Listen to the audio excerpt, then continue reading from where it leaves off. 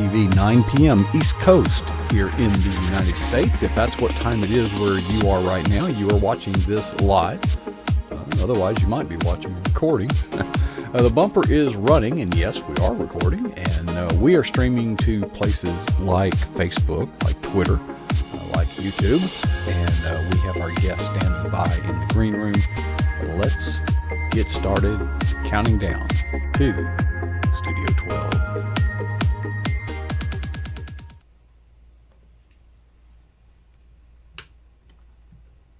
Hey, well, good evening and welcome to PJNet.tv. I'm your host, Coach Prasik, the happiest man on the planet.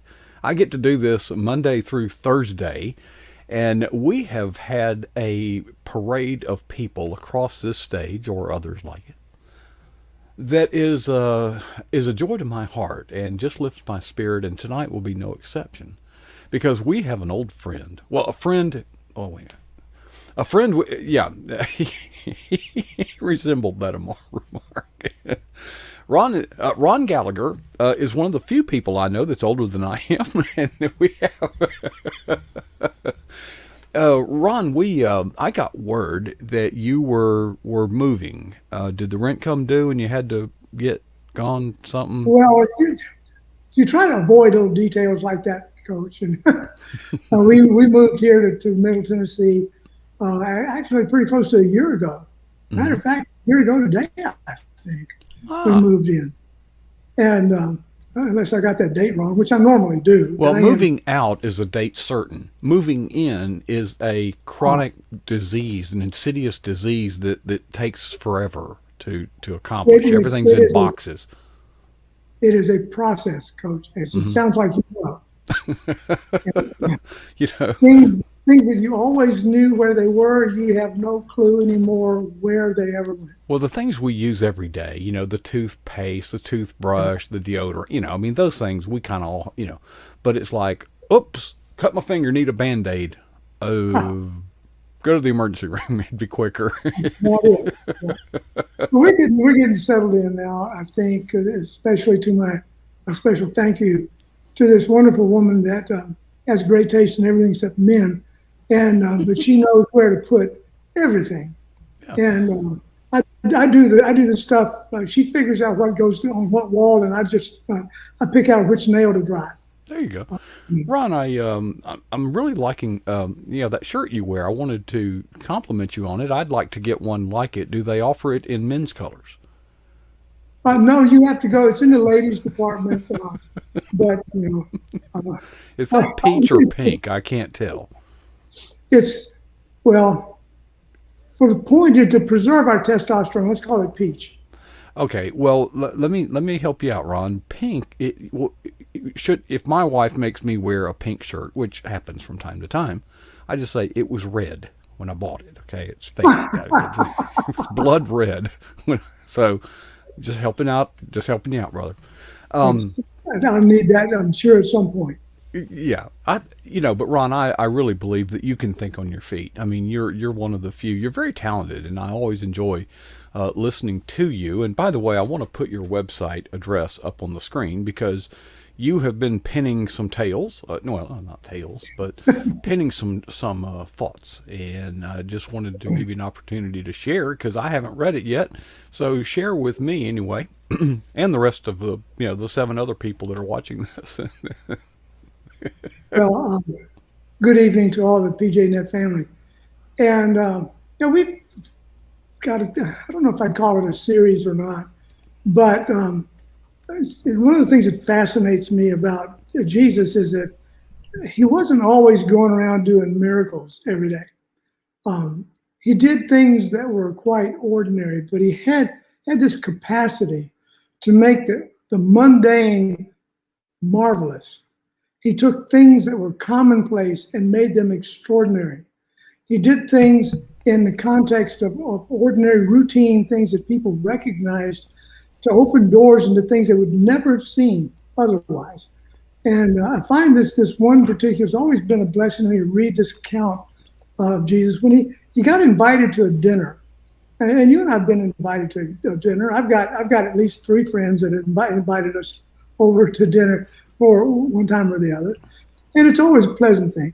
But this guy that invited Jesus to dinner, Luke chapter 7, about 42, somewhere along 37 to 42, along in that area. This Pharisee invited Jesus to dinner. And he wasn't one of Jesus's fans, obviously. And so Jesus accepts this dinner to this Pharisee's house. And then a crowd begins to gather, because it wasn't unusual back in those days when somebody had an event, or one of the Pharisees or some significant person had an event, then people would just gather around because they're interested. And they didn't have internet, and they didn't have Facebook, and they didn't have the cameras in every pocket. And so this crowd gathered to come over and see what was going to happen, because they knew this Pharisee and Jesus being in the same place at the same time is a perfect recipe for fireworks of some kind, religious, political, or you name it. And so people are gathering around and all that. And this very unexpected, totally unexpected thing begins to unfold. And things that are normal can change in a heartbeat. And this is one of those times when things changed almost instantaneously.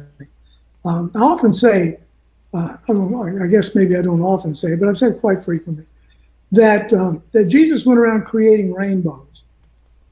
And don't get all tense. I just ain't an LGBTQ freak, whatever kind of thing about rainbow. But a rainbow is a fascinating thing, because you've got two parts that create it. One, you got this little molecule of water vapor that's nearly invisible, but it's colorless. It attracts no attention. It's just a little particle of water vapor floating around wherever the winds decide to carry it and all that. Nobody's paying any attention to this thing. It's just a little piece of water, just a little colorless water thing. If anything, in groups, it was kind of gray. And then there's this, light's an interesting thing because it's invisible. Of course, you know that, being the scientist that you are, don't you?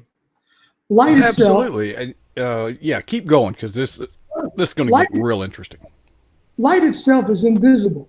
You don't see it unless it reflects off something. So you've got this invisible ray of light, and you've got this colorless, nondescript, nobody notices, nobody cares, little piece of water vapor. And then this ray of light hits that little piece of water vapor, and it explodes into the most incredible, magnificent display of color that we find in nature. Jesus, and by the way, where's the color? It's never in that little piece of water. The little old piece of water is just as colorless and just as uninteresting and just as unimpressive as it ever was. And that little ray of light hits it and it explodes. It's the little water vapor that allows the light to reveal all of the glory that's in it. And Jesus was forever doing that.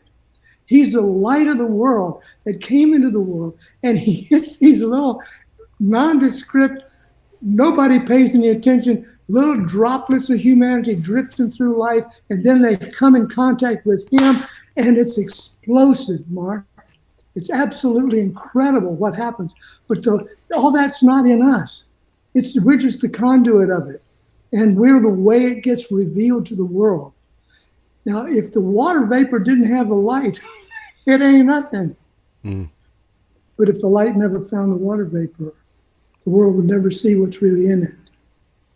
So you got this thing going on. And in the midst of this dinner, and back in those days, and by the way, there were two events like this. One of them, when Mary of Bethany anointed Jesus' head with the oil, that's later on, during Passion Week. This was earlier. This was a separate incident, took place earlier, and it's in Galilee. It's not in Bethany near Jerusalem. And so this woman with no name comes in, works her way through the crowd, and she gets to the point where she's gotten herself positioned right behind Jesus. He's reclining around his table, as the custom was in those days. They didn't sit at a table like we do. Mm-hmm. They're reclining around the table. So she maneuvers her way through the crowd. You can just hear the muted sobs as she's coming in there. And she gets behind Jesus, kneels at his feet, and she begins to take this fragrant oil and anoint his feet. And as she kneels over him and the tears are flowing, they're dropping on his feet. And she takes her hair and she wipes the oil and the tears and she kisses his feet amid the sobs. Nobody's paying any attention to her. Talking about an elephant in the room. Nobody's saying anything. Jesus does not acknowledge her. But he says to the Pharisee, whose name was Simon, he says, "Hey, Simon, I got something to say." Simon's like, "All right, go for it." So Jesus tells a story. He said, the two guys, Simon, a guy had two people owed him money. One of them owed him 500 denarii. That's like 500 days' wages. Mm-hmm. So that's quite a hunk of change. That's a big debt back in those days. 500 days' wages. And the other one owed him 50. That's not a small thing, but it's not incomprehensible either. And so Jesus said the guys just freely forgave them both.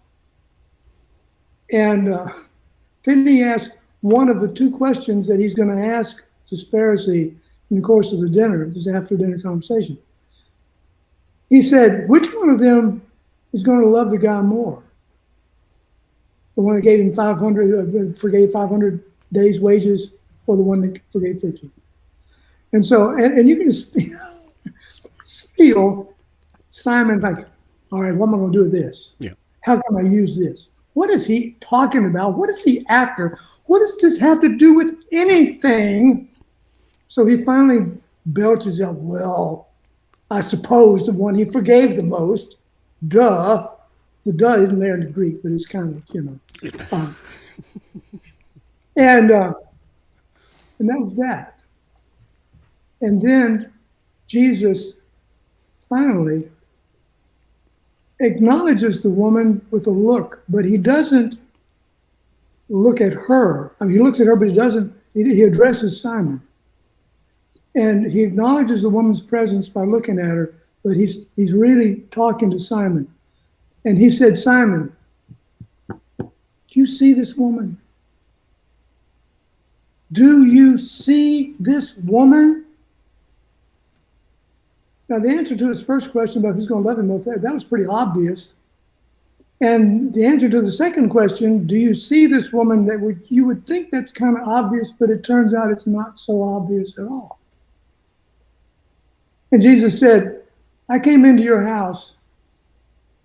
You didn't give me anything to wash my feet, which in those days was insulting. Mm-hmm. It was a sociological class. It was an insult to have somebody come, especially at the level this Pharisee was. You don't have somebody come into your house and you don't have a servant wash their feet. At the very least, you provide water to wash them. He said, I came into your house, you gave me no water for my feet. You didn't give me anything to anoint anything I got. You didn't anoint my hair with anything. You offered me no customary, socially acceptable in those days, greeting kiss.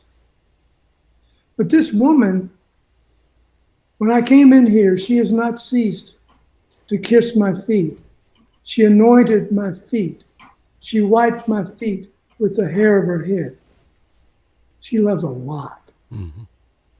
The scholars almost exclusively identify this woman as probably was a prostitute. Mm-hmm. All it says in the scriptures is that she was a sinner, but the use of the term indicated that she was very likely a prostitute. So she's there and totally in the face with all of the social protocols of the day. I mean, it's like she said, to hell with all that. I'm coming in anyway.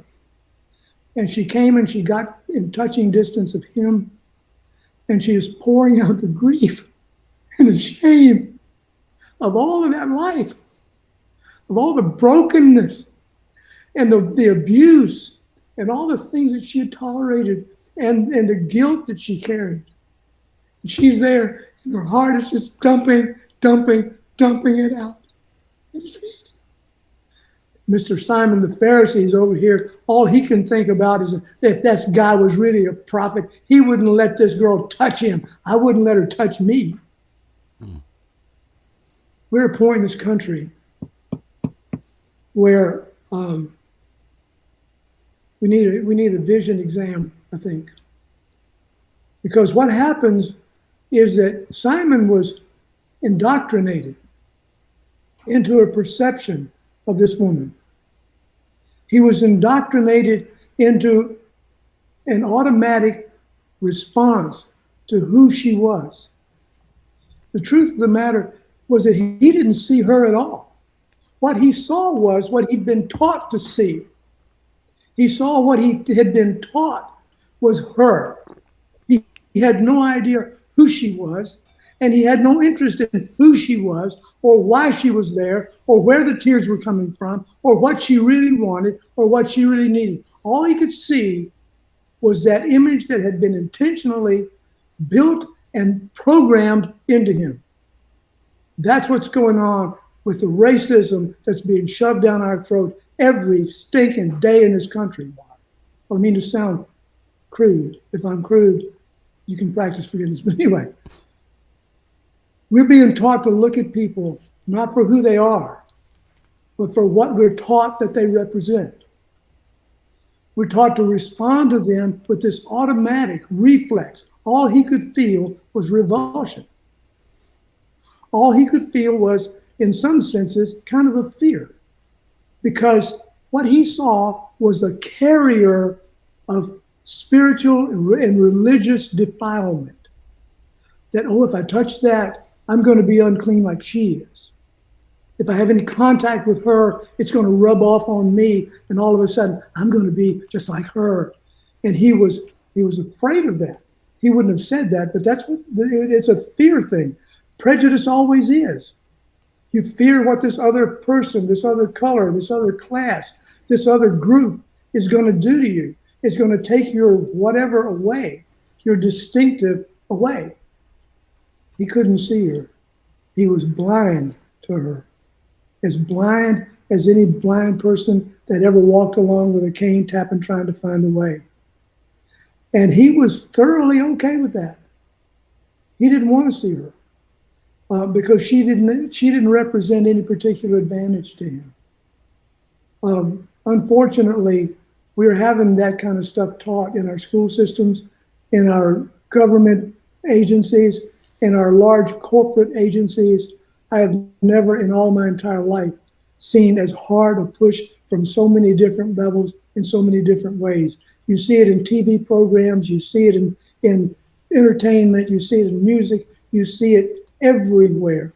I sound like a conspiracy theorist, but it's not accidental. It is conspiratorial, because people don't just accidentally decide to do that.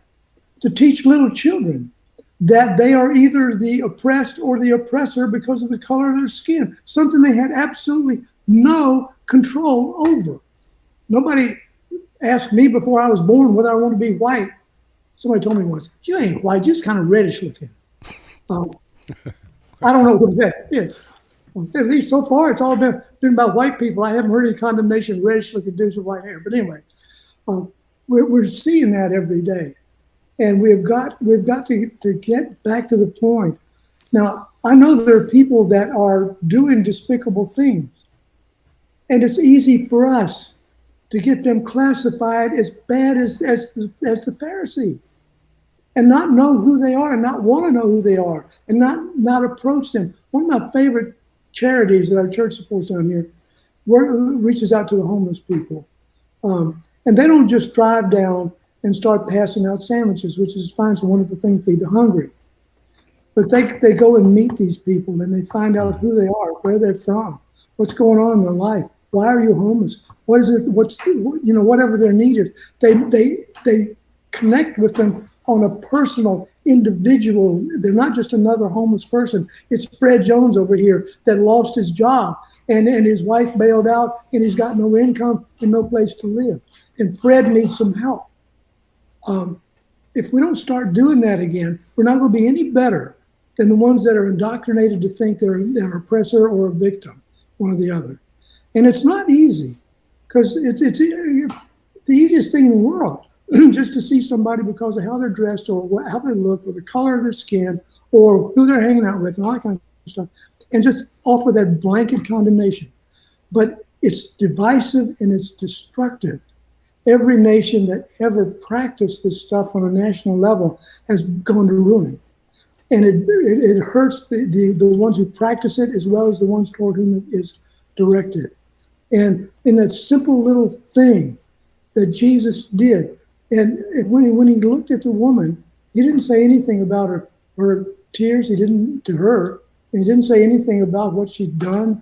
He didn't point his finger. And he said, he didn't say, I know what you've been up to, and all that kind of stuff. He went directly to the main issue of her heart. And he said, your sins are forgiven. Boy, that really turned loose the avalanche of critical condemnation. Who does he think he is? But that was the issue, wasn't it? That's what she came for.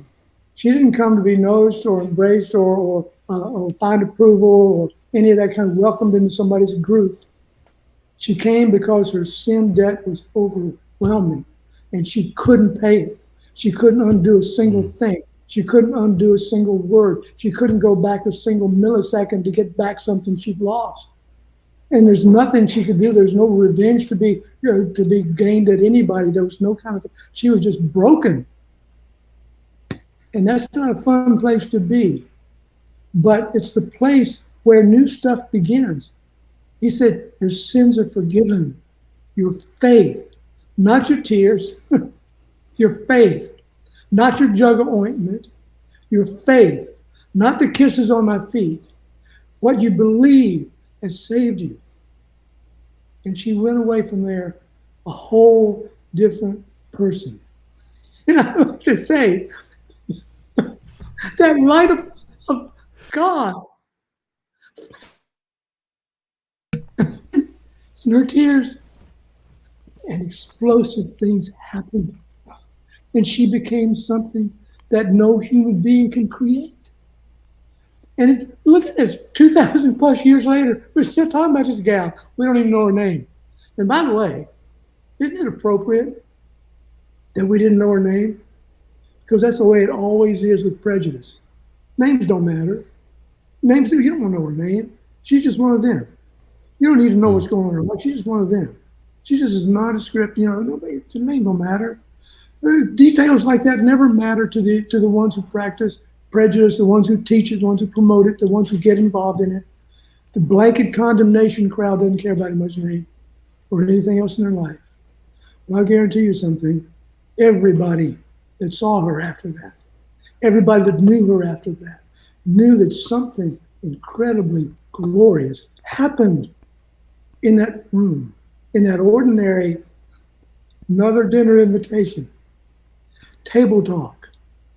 It was an eye exam involved in dinner that nobody expected to have. And I think it's worth us taking a few minutes to think, wait a minute, God, will you help me see people, see them? Because that was the question Jesus said. Do you see her?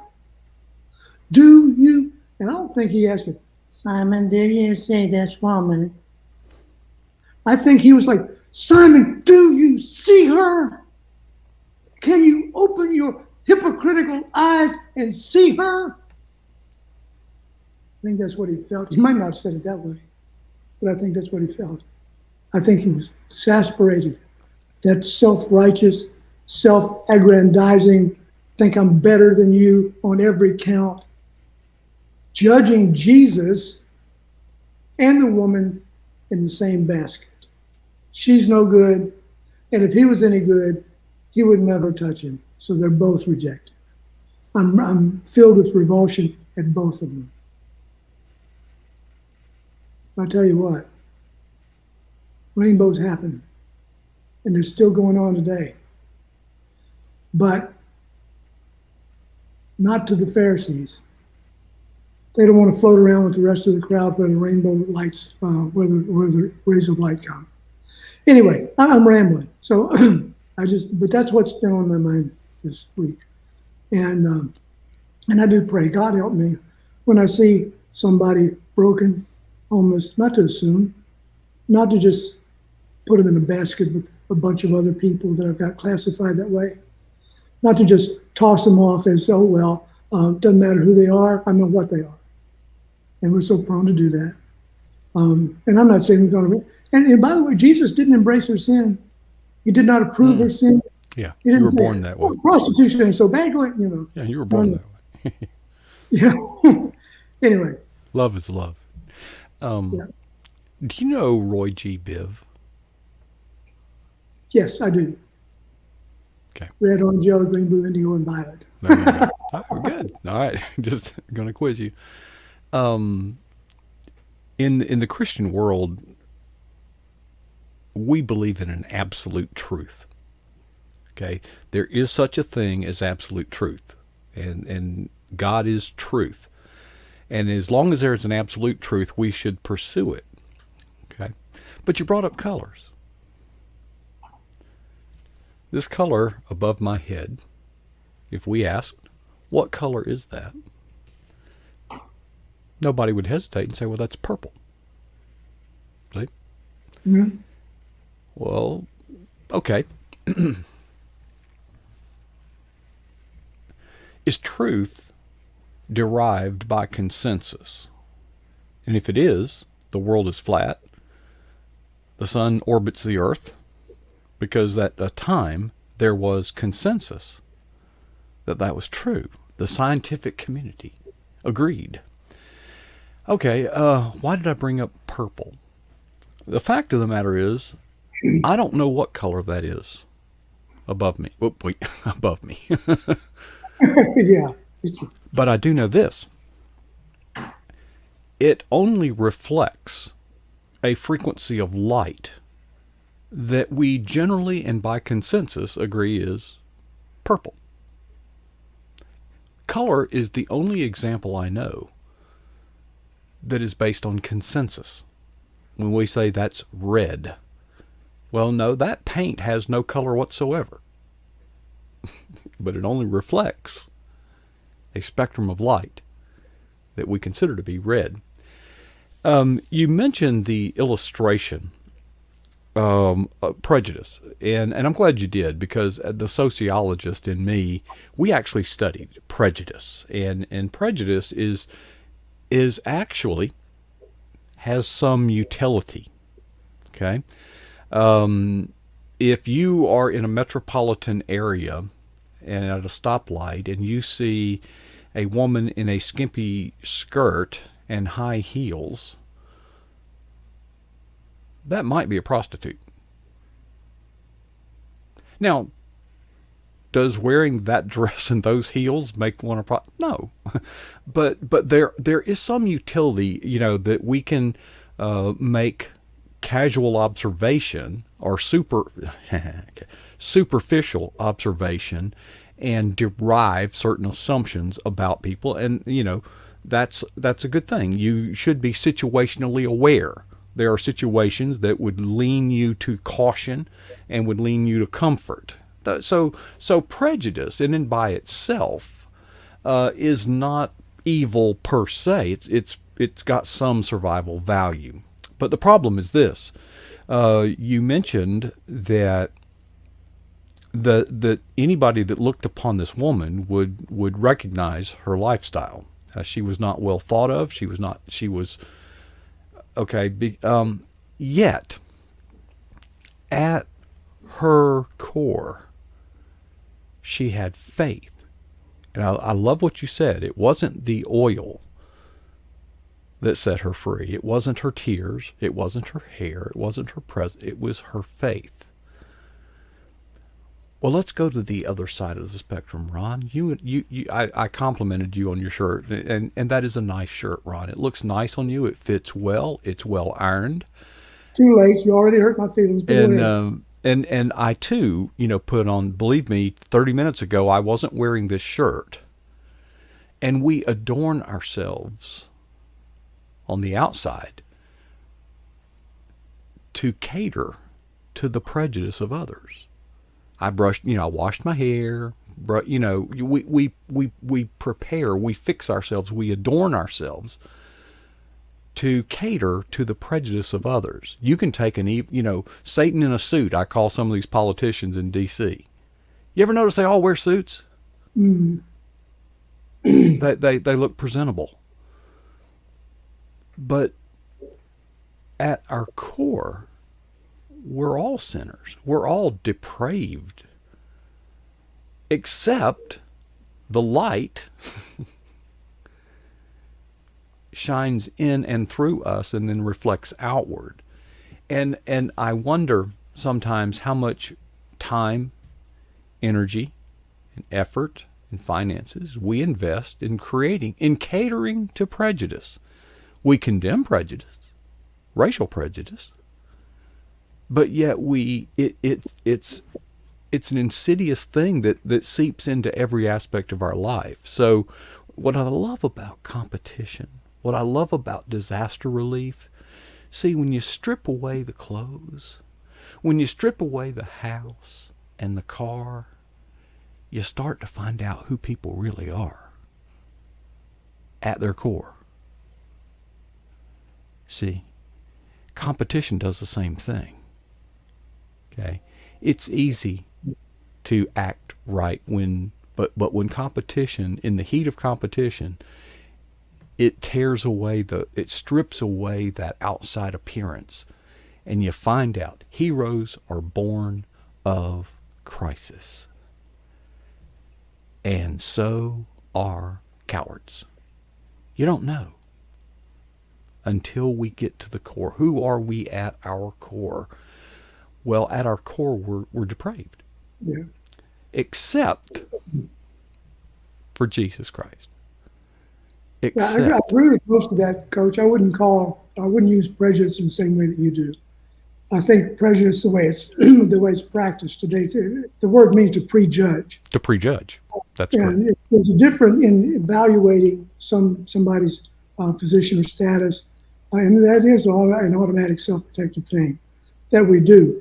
But the whole point that I'm trying to get to, is that we have to. It's okay to assess. Okay, this guy may be a drug addict, mm-hmm. or this person may be involved in some kind of immoral stuff.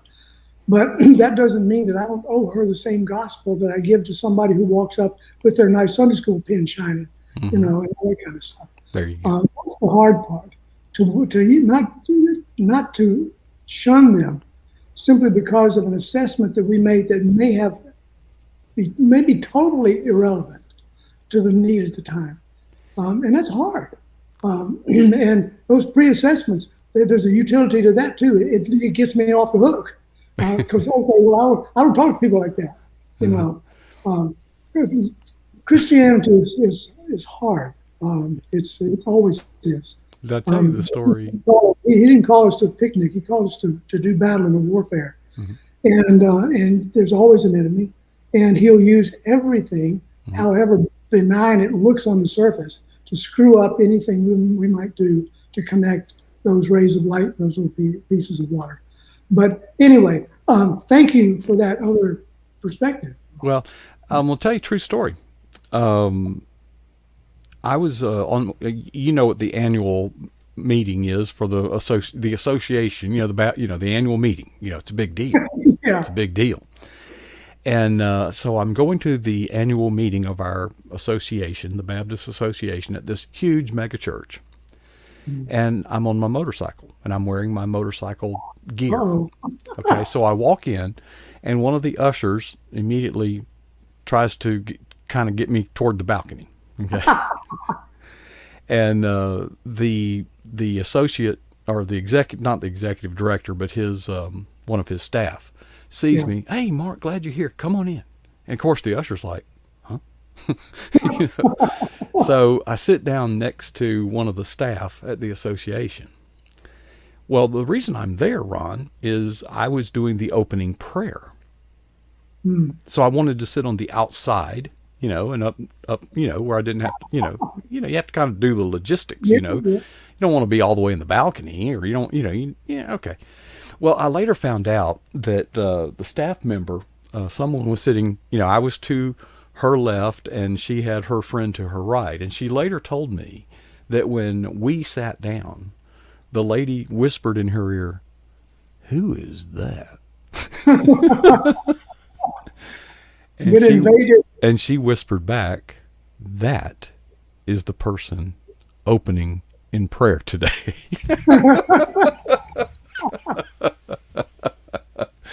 Nice to give people a new experience, I'll tell you. Well, but people make, when you see a bunch of bikers, they're Oh, I pretty know. identifiable, Yeah, okay? And we make assumptions. there we do. We make assumptions. So prejudice is normally, and I don't disagree with anything you said, but prejudice operates at so many levels. It's simply, as you said, the clinical definition, prejudging based on some observable fact. If somebody's, wearing a certain costume, you assume certain things. And it's not very reliable. And in fact, it can be toxic. But it does have some utility, and that's why we, in survival mode, we make assumptions. You see a tiger, or a lion, or a snake, you make assumptions. I think the insidious thing, let me interrupt, but the insidious thing today is making those prejudgments based on things. And we've been talking about things like uniforms and clothing and hairstyle and all that kind of stuff, things you have control over. Mm-hmm. Yeah. You don't have control over what color your skin was when you were born. Amen. You don't have control over that. So we're being taught to make judgments based on things that other people couldn't change if they wanted to. Yeah. Good point. Good point, Ron. Ron, you are a man of great wisdom and a man of great talent. And I'm so, anytime I hear that you're coming on the program, I know that we're in for a good ride. And you do it, and you're deep, and it's the kind of thing, folks. If what you've heard today or tonight is forgotten in an hour, we've missed the mark. We've missed the mark. Hopefully, you will reflect on what you have heard tonight, and hopefully, it'll make a positive difference not only in each of us, but in the world that we live in. Overall, Ron, thanks for being that droplet of water and radiating the light of Jesus. We appreciate you, brother. Thanks for the invitation, Mark. God All bless right. you. Yes, sir. Oh, it's always great. Ron Gallagher, there you see, folks. That's what it looks like, looking down upon the control, the helm, the con of the PJ Net broadcast facilities here. What a great night it's been. Thank you so much for each of you that have joined us in the live chat room. If you haven't, if you're watching this elsewhere, maybe you're seeing a recording of it, I would encourage you to join the Sweetest Fellowship on the internet when we are live. The chat room's actually open 24 hours a day, but the Sweetest Fellowship on the internet, pjnet.tv. And I'd like to leave you with something that has helped me and changed my life in so many ways. And I feel a compulsion, a burden, and yet a joy to share it with you. It's in the form of 2 questions that you ask yourself and answer yourself honestly. What is the boldest thing that you have ever done for Jesus Christ? And then we'll follow that up with, how long ago was that? And the challenge would to never be satisfied with either answer.